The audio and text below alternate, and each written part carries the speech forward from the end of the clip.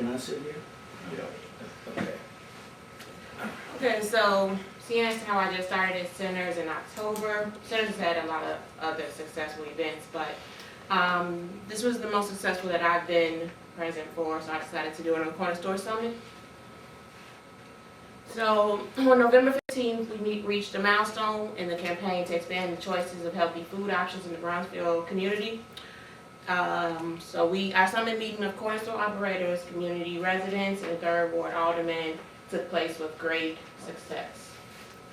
The purpose of the Corner Store Summit is Corner Stores serve a very important role in our neighborhoods. They provide convenient access to items that we need. And many corner stores in the neighborhood, they have unhealthy options and no healthy choices to counterbalance it. So it's full of chips, flaming hots, sugary beverages, but they don't have fruit, they don't have vegetables, and they don't have access to any of these healthier options in the stores. So our idea is to go into the stores, meet with the corner store operators and the owners, and try to get them to change the choices that they have in the stores for the residents. Again, encourage healthy and more diverse product offerings and work with corner store owners to explore new ways of thinking about corner stores and create a better business environment for them to operate in. And I just would like to add, in terms of getting them to show up, we sort of applied,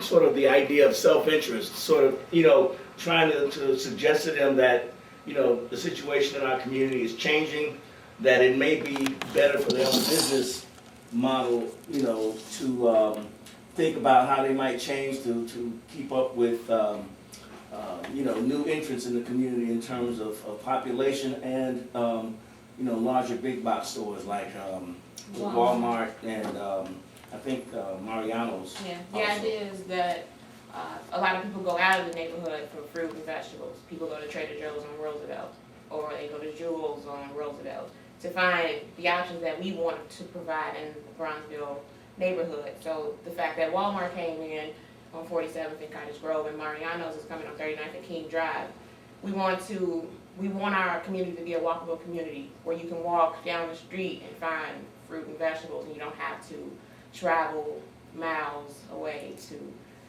get a fresh fruit, like a fresh apple. And I actually met a resident who said that she lived on 41st in Indiana, and she traveled like 2 miles away just to get her groceries because she on the bus with the shopping cart because she didn't have access to it in the neighborhood. So very important in the Brownsville community. And this is just we show like the different advertising that we have in Brownsville. So you see the drinks, the store's called Sugars Plus.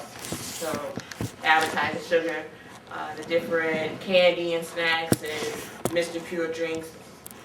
This is what we see everywhere, and this is what they advertise to students after school. So the outreach approaches that we used online, we use social media. I know I went on Jenny's sustainable network Facebook page to advertise it. We have a Brownsville Alliance group where we advertise on there, and everyone comes, they see it, they like it, they share it.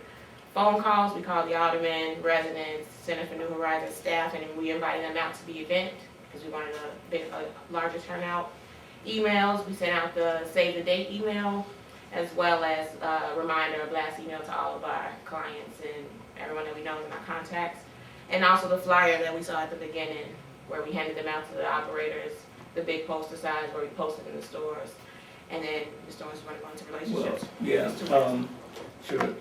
And I guess basically from a standpoint of technique, a lot of that wouldn't be as effective if it wasn't undergirded with the whole idea of relationships and self-interest. We believe that you get people to show up when they feel it's in their interest to show up. So you either create that, or it actually really exists. So, from the very beginning of planning, you start thinking about, well, what is it, what's the thumb screw here? What is it that's going to get people to actually show up, and that sort of thing. And so that's, I believe that without that, the rest of the approaches are not as effective.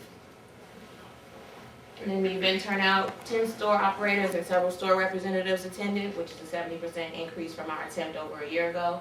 And nearly 120 residents attended, which represented a 67% increase from the summit in 2012. And then these are just photos of residents.